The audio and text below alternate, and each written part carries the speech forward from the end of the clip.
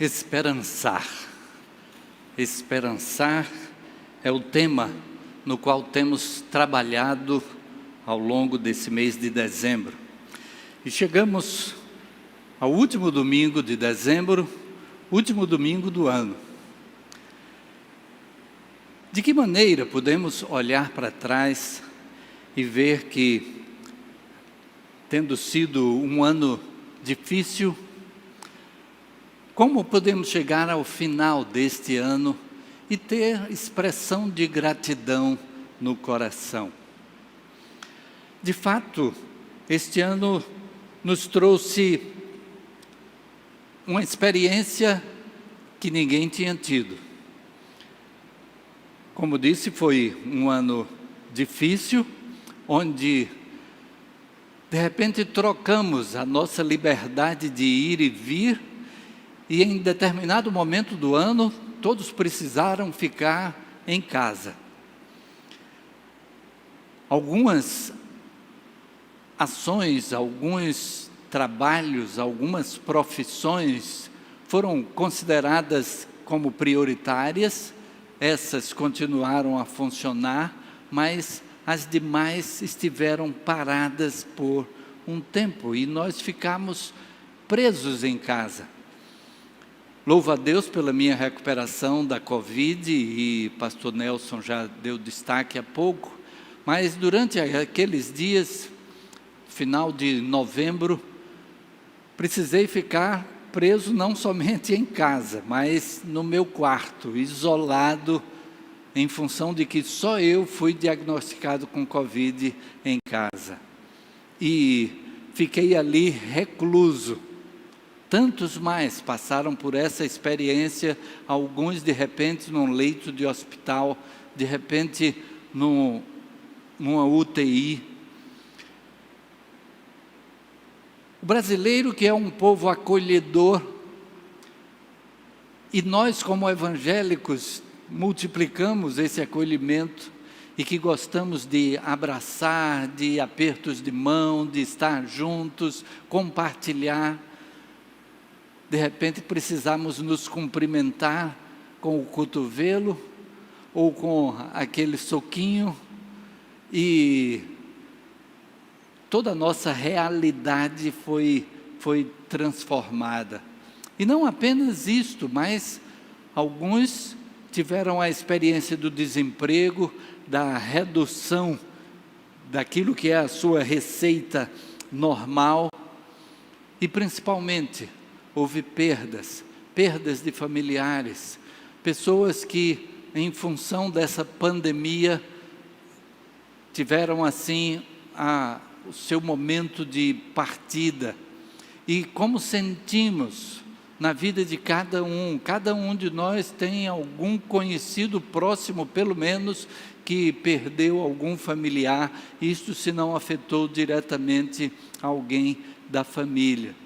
E mesmo de outras enfermidades que, com as complicações da pandemia, também tiveram dificuldades de tratamento. Mas nós chegamos ao final deste ano difícil, e chegamos ao final com os números daqueles que venceram a Covid, sendo aproximadamente 20 vezes maior do que aqueles que foram vencidos por ela. Muitos também passaram por outros problemas de saúde e foram vitoriosos, mesmo no meio dessa pandemia. Podemos experimentar que a misericórdia foi exercida de uma forma mais abrangente, de uma forma maior do que aquilo que era o nosso normal. Também foram inventadas novas formas de realização de trabalho. Aquilo que parecia impossível neste ano foi feito, e foi feito à distância, foi feito remotamente, foi feito pela internet, a nossa maneira não apenas de trabalhar, a maneira de termos reuniões, a maneira de nos conectarmos com os nossos familiares, a maneira com que se realizam os estudos escolares. Tudo foi reinventado, passou por um novo processo. E então, ao chegarmos ao final desse ano, nós podemos somar em experiências. A experiência de comprar e vender.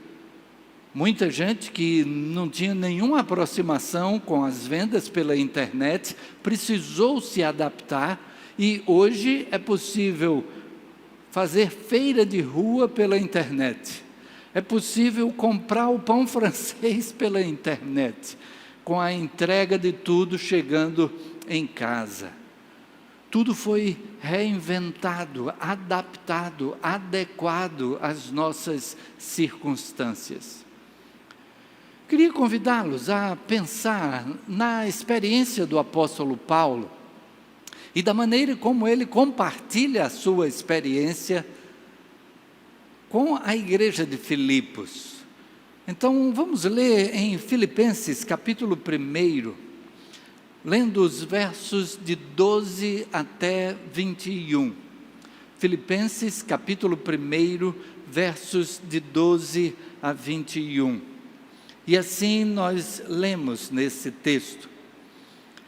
Quero que saibam, irmãos, que aquilo que me aconteceu tem antes servido para o progresso do Evangelho. Como resultado, tornou-se evidente a toda a guarda do palácio e a todos os demais que estou na prisão por causa de Cristo. E a maioria dos irmãos, motivados no Senhor pela minha prisão, estão anunciando a palavra com maior determinação e destemor. É verdade que alguns pregam a Cristo por inveja e rivalidade, mas outros o fazem de boa vontade. Estes o fazem por amor, sabendo que aqui me encontro para a defesa do Evangelho. Aqueles pregam a Cristo por ambição egoísta, sem sinceridade, pensando que me podem causar sofrimento enquanto estou preso. Mas que importa? O importante é que, de qualquer forma, seja por motivos falsos ou verdadeiros, Cristo está sendo pregado e por isso me alegro. De fato, continuarei a alegrar-me, pois sei que o que me aconteceu resultará em minha libertação, graças às orações de vocês e ao auxílio do Espírito de Jesus Cristo. Aguardo ansiosamente e espero que em nada serei envergonhado. Pelo contrário, com toda a determinação de sempre, também agora Cristo será engrandecido em meu corpo, quer pela vida, quer pela morte.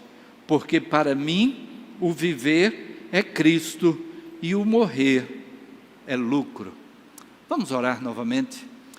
Senhor Deus, louvamos o Teu nome e agradecemos porque na Tua palavra encontramos lições, experiências dos Teus servos do passado que são aplicáveis a nós hoje.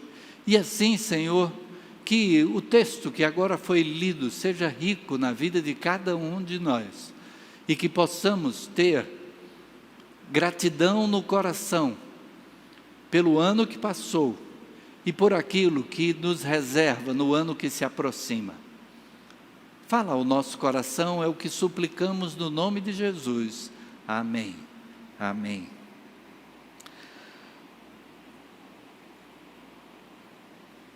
Como dissemos, o apóstolo Paulo teve algumas experiências que ele compartilha com a igreja de Filipos.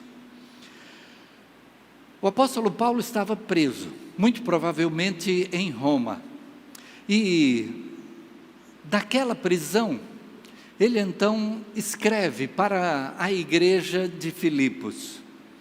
Ele recebe a visita de Epafrodito. Epafrodito traz recursos para o trabalho missionário do apóstolo Paulo.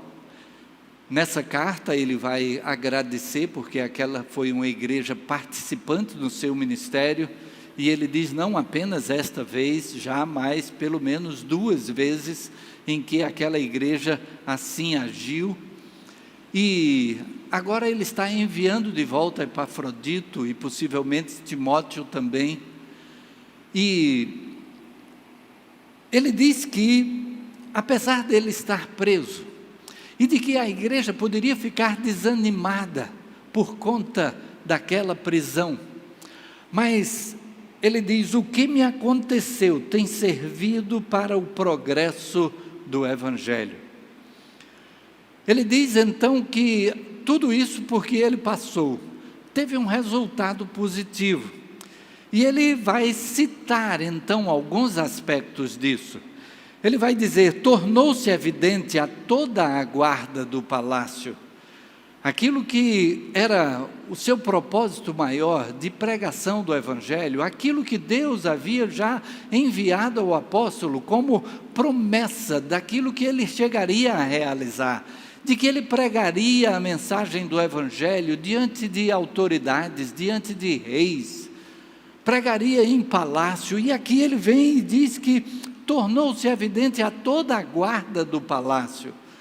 Paulo estava preso, mas foi autorizado a ter essa prisão domiciliar. Ele esteve numa casa alugada e não podia sair desta casa, muito provavelmente estava acorrentado a um soldado o tempo todo, mas os soldados iam se revezando, e então ele diz aqui que toda a guarda do palácio tomou conhecimento de que ele estava preso por causa de Jesus Cristo. Ele estava preso, mas a mensagem do Evangelho estava sendo proclamada, estava sendo difundida. E ele diz que não apenas a guarda do palácio, mas todos os demais. Todos os demais tiveram esse conhecimento também. Conhecimento de quê?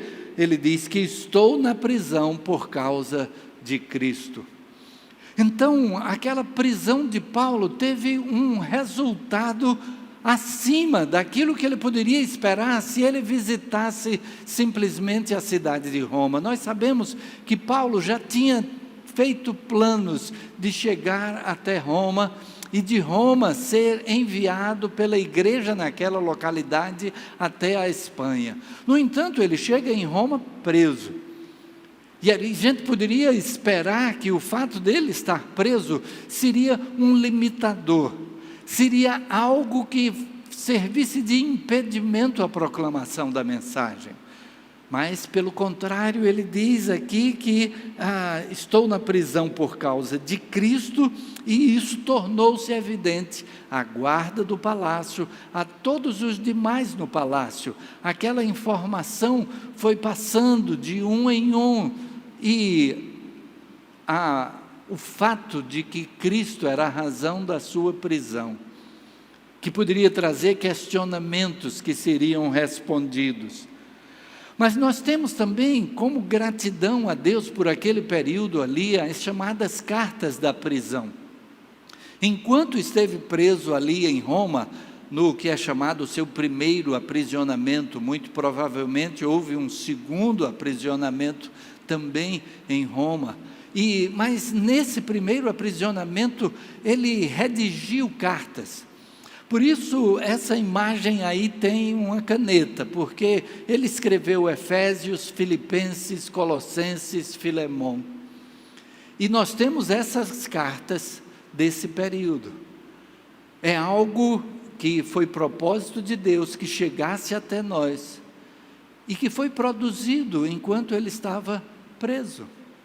Então, aquilo que o apóstolo está testemunhando para com os filipenses, é de que Deus continua realizando o seu propósito. O propósito de Deus era de que a mensagem do Evangelho pudesse alcançar em Roma, não apenas a população que seria alcançada numa visita do apóstolo, mas a esfera palaciana foi alcançada com a mensagem do Evangelho, pelo fato de que Paulo chegou ali preso.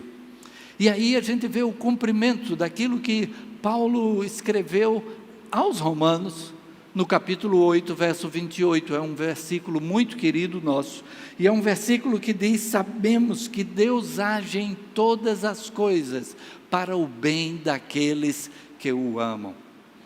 Então, o apóstolo Paulo testemunha para os filipenses que a sua prisão teve resultado positivo para o Evangelho. E aí ele diz qual foi também a consequência dessa prisão, de que a maioria dos irmãos, motivados no Senhor pela minha prisão, diz ele, estão anunciando a palavra com maior determinação e destemor. O apóstolo vai dizer que houve resultado também na prática de vida dos crentes, porque incentivados pelo fato de que o apóstolo Paulo não levava em consideração ser preso ou não, contanto que pregasse o Evangelho. Eles ficaram então estimulados a também fazê-lo. Eles ficavam estimulados a compartilhar também aquilo que encontraram em Jesus Cristo. Agora, é também interessante notar que o texto bíblico diz a maioria dos irmãos. A maioria dos irmãos é que estava tendo essa prática, porque a gente poderia pensar que diante desta luta do apóstolo e da maneira dedicada como ele se empenhava na pregação do Evangelho, apesar das circunstâncias, ele que estava preso já havia bastante tempo, até Paulo chegar a Roma, desde o momento em que foi preso, passaram-se aproximadamente 3 anos, até que ele chegasse a Roma, e o texto bíblico no livro de Atos diz que por 2 anos ele esteve preso ali naquela casa alugada por ele. Então nós temos um intervalo de 5 anos de aprisionamento do apóstolo Paulo. As pessoas então, diante disso, começavam a também se desdobrar para a pregação da mensagem, eram incentivadas, mas não todas.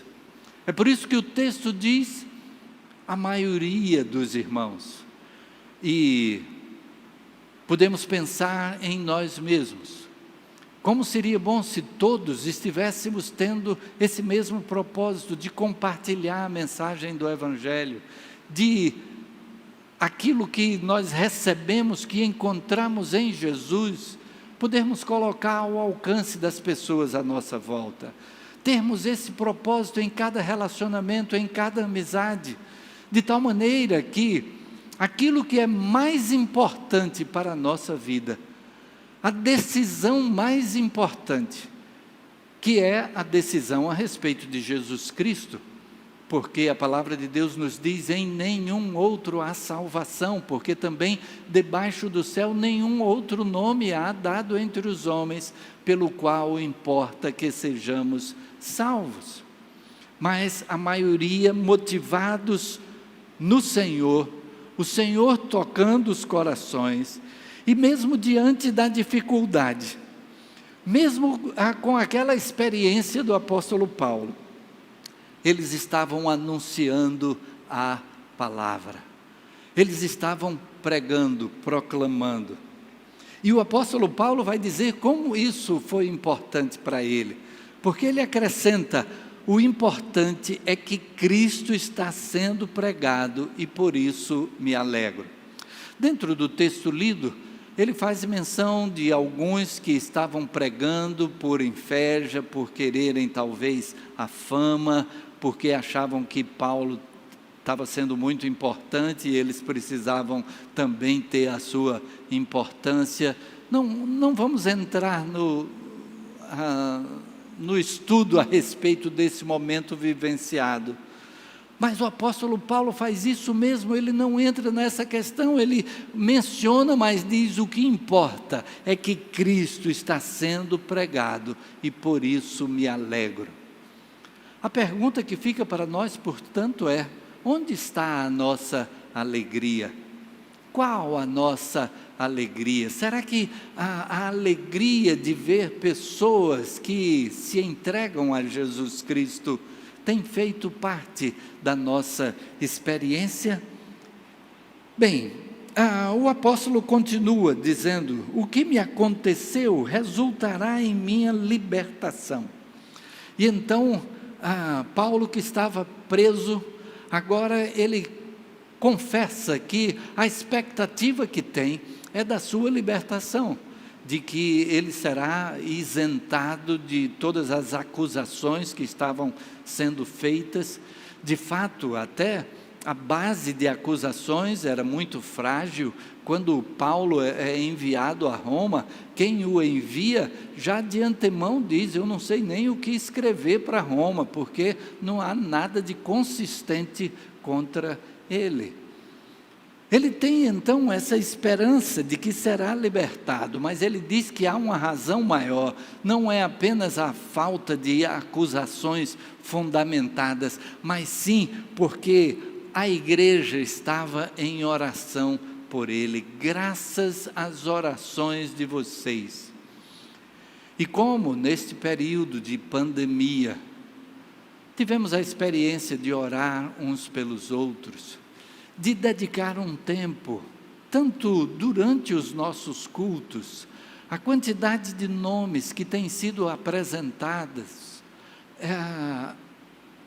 pessoas em diversas circunstâncias, mas pelas quais nós tivemos a oportunidade de orar. O apóstolo Paulo diz que a sua libertação tinha como motivo maior as orações dos irmãos que intercediam por ele.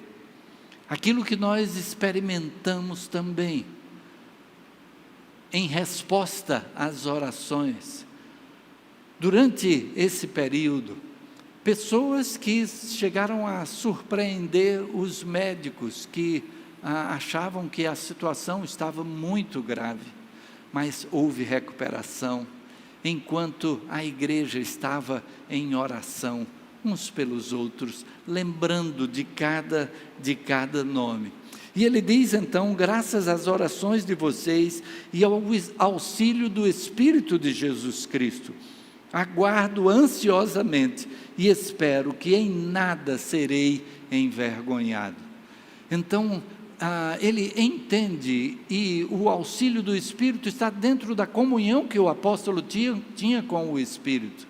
E aquilo que o Espírito colocava no seu coração, e isso era algo de esperança nessa libertação que de fato veio a acontecer. O apóstolo Paulo passará ainda alguns anos pregando o Evangelho em liberdade, até que finalmente é preso novamente, desta feita sendo condenado à morte. Mas nesse momento, ele entende da parte do Espírito que haverá libertação. Então ele diz: aguardo ansiosamente e espero que em nada serei envergonhado. A resposta às orações. Porque ele continua dizendo: pelo contrário, com toda a determinação de sempre, também agora Cristo será engrandecido em meu corpo, quer pela vida, quer pela morte.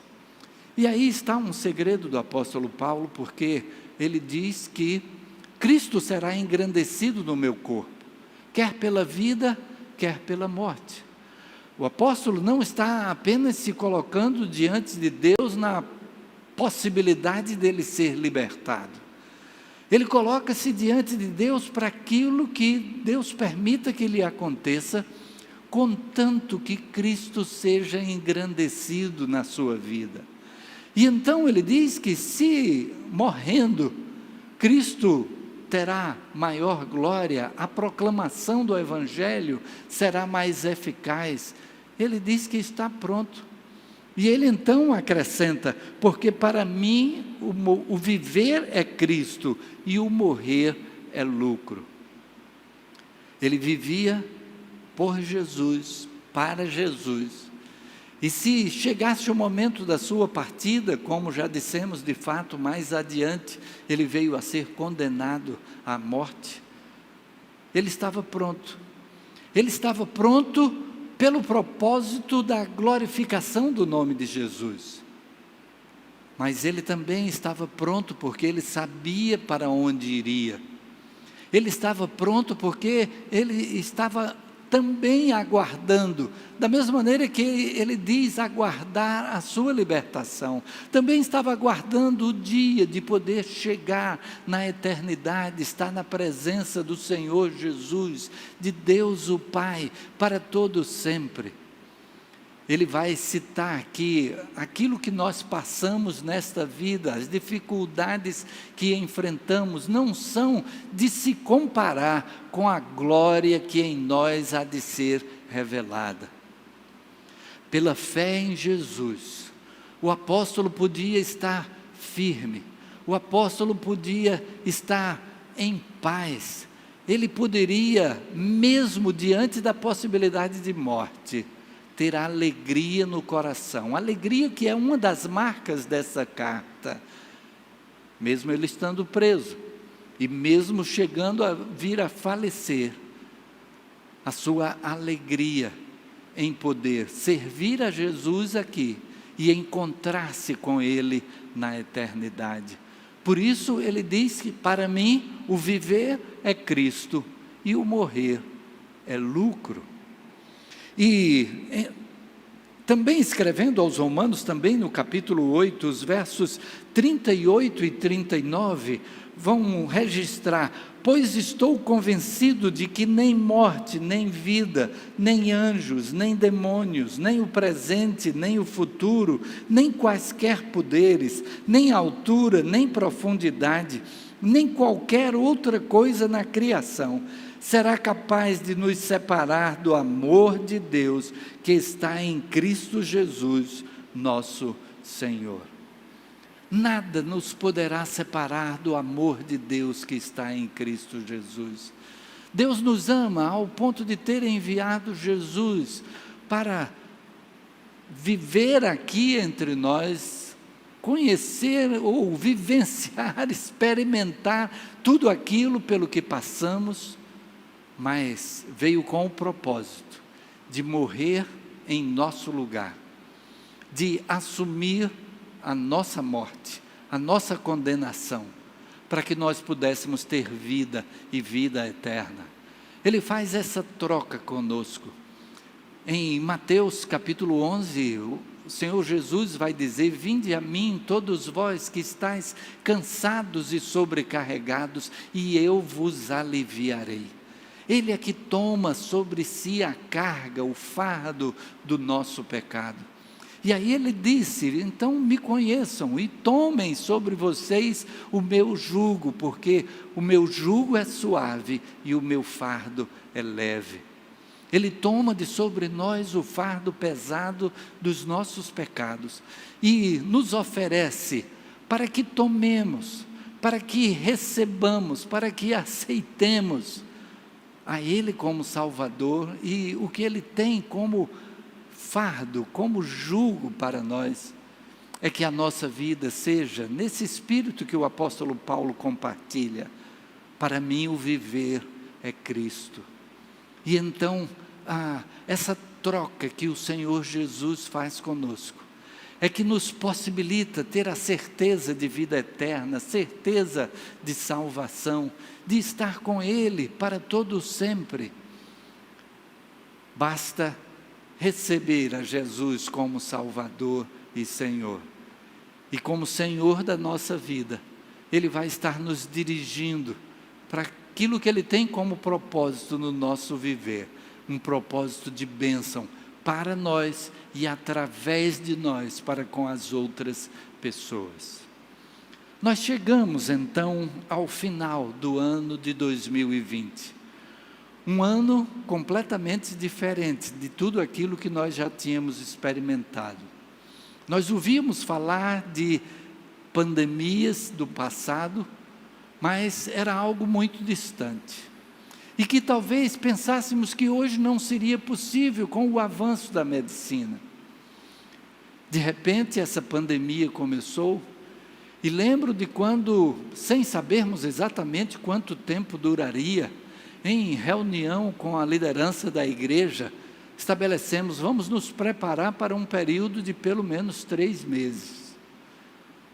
E de fato nós estamos chegando ao final do ano, estamos entrando em 2021, ainda dentro desse quadro, graças a Deus, já com a promessa de vacina para nós. Outros países já vivenciando a nossa, chegando, e nesse ano, de tanta coisa diferente, podemos chegar ao final dele com gratidão no coração, gratidão pela presença de Jesus conosco, gratidão porque por meio de Jesus podemos enfrentar qualquer dificuldade.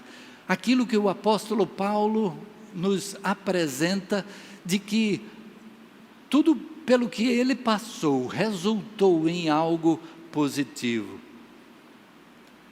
E então nós concluímos com um outro versículo que ele registra nessa carta aos Filipenses, capítulo 4, versículo 13, quando diz: posso todas as coisas naquele que me fortalece. O apóstolo Paulo então diz que pode atravessar todas as circunstâncias da vida. Às vezes as pessoas tomam esse versículo colocando assim: posso todas as coisas, vou fazer e acontecer. Mas o que o apóstolo está dizendo nesse contexto é: eu tanto sei ter fartura como passar necessidade, tanto sei estar bem como enfrentar dificuldades, porque eu posso todas as coisas naquele que me fortalece.